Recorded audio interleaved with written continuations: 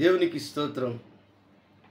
దేవునికి స్తోత్రం. మీ అందరికీ నా హృదయపూర్వక వందనాలు తెలియజేస్తున్నాను.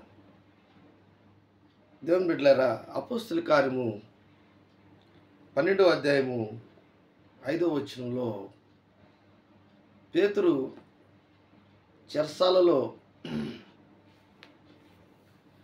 ఉన్నప్పుడు రాజు అయినటువంటి హేరోదు రాజు సంఘములో కొందరిని హింసించి వారిని బలాత్కారం చేసి, అలాగే యాకోబు అనబడినటువంటి ఒక వ్యక్తిని ఖడ్గంతో చంపించాడు. అలాంటి పరిస్థితుల్లో పేతురును కూడా చంపించాలని పులియని రొట్టెలు పండగ దినమందు అతన్ని కూడా పాస్కా పండుగ దినమందు అతను కూడా ప్రజలందరి ముందుకు తీసుకొని వచ్చి ఆయన్ని కూడా మరణానికి గురి చేయాలని ఎంతో ప్రయత్నిస్తున్నటువంటి యూదులు, హేరోదు రాజు, వీరందరూ కూడా పేతురుని ఎంతో బలాత్కారం చేసి పట్టుకున్నారు. నా ప్రియమైనటువంటి దేవుని బిడ్డలారా, బాగా గమనించండి. సంఘము 5వ వచనం అంటున్నారు. 5వ వచనం మనం గమనించినట్లయితే, పేతురు చెరసాల్లో ఉంచబడిను, సంఘమైతే అతని కొరకు అత్యాసక్తితో దేవునికి ప్రార్థన చేయుచుండెను. దేవుని బిడ్డలారా, వారు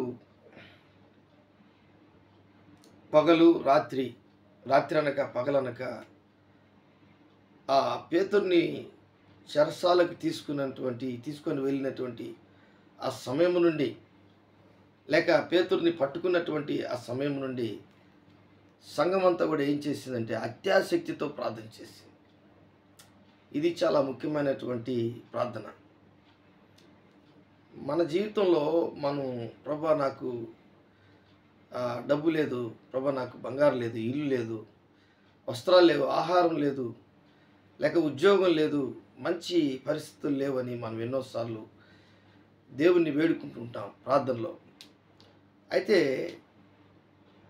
ఒక అద్భుతమైనటువంటి విషయం ఏంటంటే, మనము ఒక 10 మంది లేక 20 మంది, ఒక 100 మంది లేక 2 3 నా నామ పేరిట ఎక్కడైతే కూడిందరో అచ్చట నేను ఉంటానని చెప్పినటువంటి దేవునికి మనం వేడుకునేటప్పుడు, ఇతరుల గురించి మనం అత్యాసక్తితో ప్రార్థన చేయడం ఎప్పుడైతే నేర్చుకుంటామో ఖచ్చితంగా దేవుడు మనకు జవాబు దయచేస్తాడు. కాబట్టి ఈ దినమందు నీ జీవితంలో, నా జీవితంలో మనం తెలుసుకోవాల్సినటువంటి ఆ గొప్ప ప్రార్థన, అత్యాసక్తితో, ఆసక్తి కంటే మించినటువంటి అత్యాసక్తి మనలో ఒక క్రమమైనటువంటి జీవితం కంటే కూడా గొప్పది. నువ్వు డబ్బు సహాయం చేసినా కానీ, నీవు ఇంకొకరికి వస్త్రదానం చేసినా కానీ, ఇంకొకరికి అన్నదానం చేసినా కానీ, వాటికంటే మించింది వారికి తెలీదు నువ్వు ప్రార్థన చేసే ఆ ఒక అంశం. వారి గురించి నువ్వు ప్రార్థన చేస్తున్నావే, వారు ఎక్కడో ఉన్నారు, కానీ నువ్వు ఇక్కడ చేరి మీ ఇంట్లో కానీ, మీ సంఘంలో కానీ, నీ గదిలో కానీ, ఎక్కడ 2 3 కూడి నా నామపేట కూడింది అచ్చట నేను ఉంటా అని చెప్పిన దేవునికి మనము ప్రార్థన చేస్తున్నప్పుడు జరుగుతున్నటువంటి అద్భుతమైనటువంటి కార్యం అది వారికి తెలీదు, కానీ దేవునికి తెలుస్తుంది నీ యథార్థత, మన యథార్థత. అదే ఆ రాత్రే 6వ వచనం, హేరోదు అతనిని వెలుపలికి తీసుకొని రావాలని ఉండగా ఆ రాత్రియే పేతురు 2 సంకెళ్లతో బంధింపబడి 2 సైనికుల మధ్య నిద్రించుచుండెను. మరియు కావలి వారు తలుపు ఎదుట చెరసాల కాచుకొనుచుండిరి. ఇదిగో ప్రభు దూత అతని దగ్గర నిలిచి అతడుండిన గదిలో వెలుగు ప్రకాశించెను. అతని దగ్గర నిలిచెను, అతడుండిన గదిలో వెలుగు ప్రకాశించెను. దూత పేతురు ప్రక్కన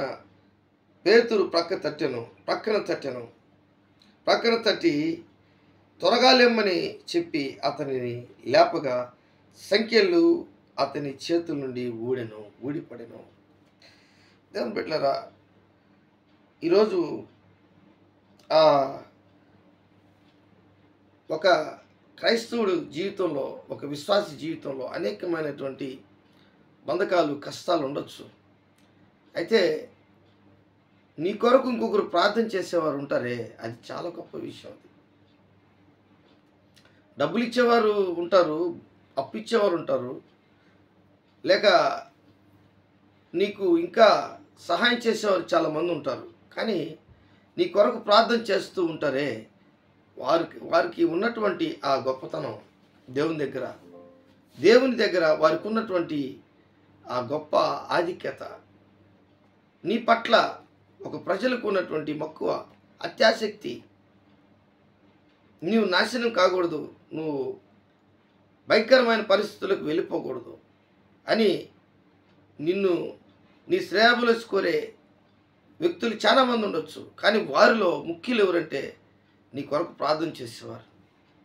అలాగా పేతురు జీవితంలో ప్రార్థన చేస్తే పరలోకము నుంచి దేవుడు పేతురు కొరకు దేవదూతను పంపించి అతను ఉన్నటువంటి గదిలో ఆయన నిలిచి పేతురుని తట్టి లేపి చెప్పులు వేసుకోమని చెప్తుంది దేవదూత.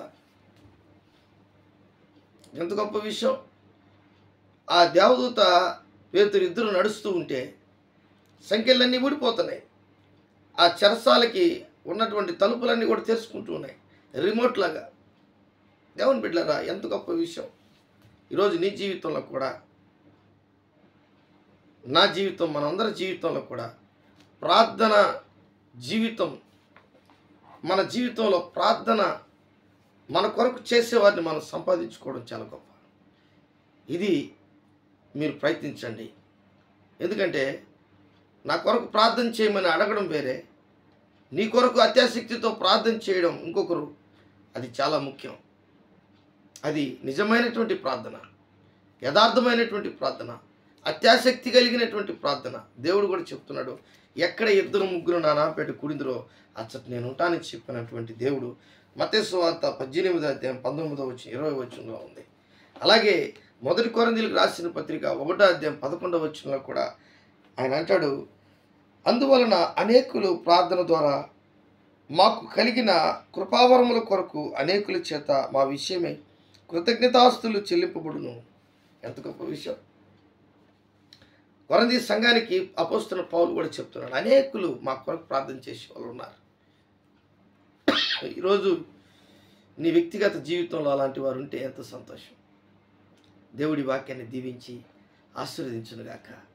ఆమేన్. ప్రేమ నమ్మకం కలిగినటువంటి నా యేసయ్య కూడి వచ్చినటువంటి బిడ్డలందరినీ ప్రార్థనలో విజయము, ప్రార్థనలో జవాబు, అత్యాసక్తితో ప్రార్థన చేసే వారి యొక్క ప్రార్థన మీరు ఆలకించి జవాబు దయచేసి దేవుడు నమ్ముచున్నాను తండ్రి.